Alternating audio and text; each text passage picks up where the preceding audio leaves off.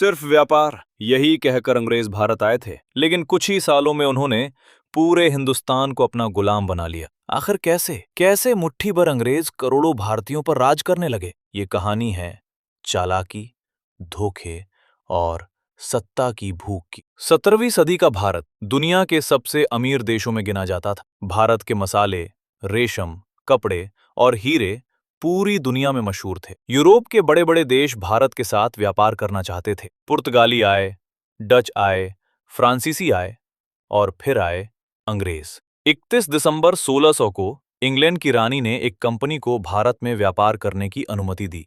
इस कंपनी का नाम था ईस्ट इंडिया कंपनी। शुरुआत में अंग्रेज सिर्फ व्यापारी बनकर आए थे। वे भारत के बंदरगाहों पर गोदाम बनाते, व्यापार करते और धीरे धीरे अपना प्रभाव बढ़ाते गए। मुगल बादशाह जहांगीर ने अंग्रेजों को व्यापार की इजाजत दे दी। अंग्रेजों ने सूरत, मद्रास, बंबई और कलकत्ता जैसे शहरों में अपने व्यापारिक केंद्र बना ली। लेकिन उनका असली मकसद सिर्फ व्यापार नहीं था। वे भारत की राजनीति और कमजोरियों को समझ रहे थे। उस समय भारत छोटे छोटे राज्यों में बटा हुआ था। राजाओं के बीच लड़ाइयां होती रहती थी। अंग्रेजों ने इसी कमजोरी का फायदा उठाया। जहां दो राजा आपस में लड़ते, अंग्रेज किसी एक का साथ देकर वहां अपनी पकड़ मजबूत कर लेते। धीरे धीरे अंग्रेजों ने अपनी सेना बनानी शुरू कर दी। इस सेना में ज्यादातर भारतीय सैनिक थे, लेकिन आदेश अंग्रेजों के होते थे। अब अंग्रेज व्यापारी कम और शासक ज्यादा लगने लगे थे। फिर आया साल 1757, एक ऐसी लड़ाई जिसने भारत का भविष्य बदल दिया। ये थी प्लासी की लड़ाई।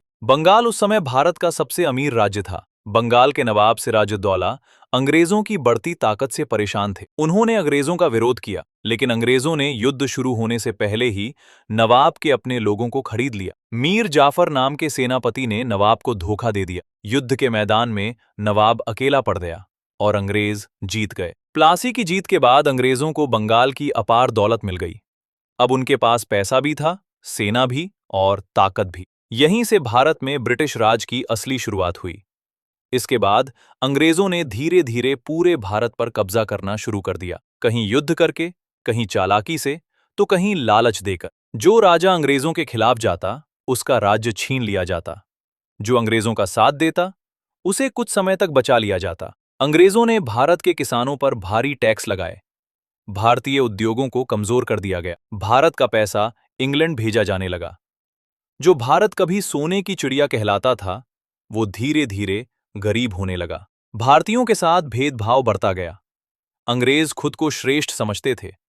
भारतीयों को अपने ही देश में दबाया जाने लगा। फिर आया साल 1857। भारतीय सैनिकों और जनता का गुस्सा फूट पड़ा। मेरठ से शुरू हुई क्रांति पूरे देश में फैल गई। मंगल पांडे, रानी लक्ष्मीबाई, तात्या टोपे और हजारों क्रांतिकारियों ने अंग्रेजों के खिलाफ हथियार उठा लिए। हालांकि अंग्रेज इस क्रांति को दबाने में सफल रहे, लेकिन अब भारत जाग चुका था। लोग समझ चुके थे कि अंग्रेज भारत के दोस्त नहीं, बल्कि शासक बन चुके हैं। इसके बाद आजादी की लंबी लड़ाई शुरू हुई। लाखों लोगों ने बलिदान दिए। कई क्रांतिकारी फांसी पर चढ़ गए। कई लोगों ने जेलों में यातनाएं झेली और आखिरकार 15 अगस्त 1947 को भारत आजाद हो गया। अंग्रेज व्यापार के बहाने भारत आए थे, लेकिन हमारी आपसी फूट और लालच ने उन्हें शासक बना दिया। ये कहानी सिर्फ इतिहास नहीं, एक चेतावनी है कि जब कोई देश अंदर से कमजोर हो जाता है, तो बाहरी ताकतें उस पर आसानी से कब्जा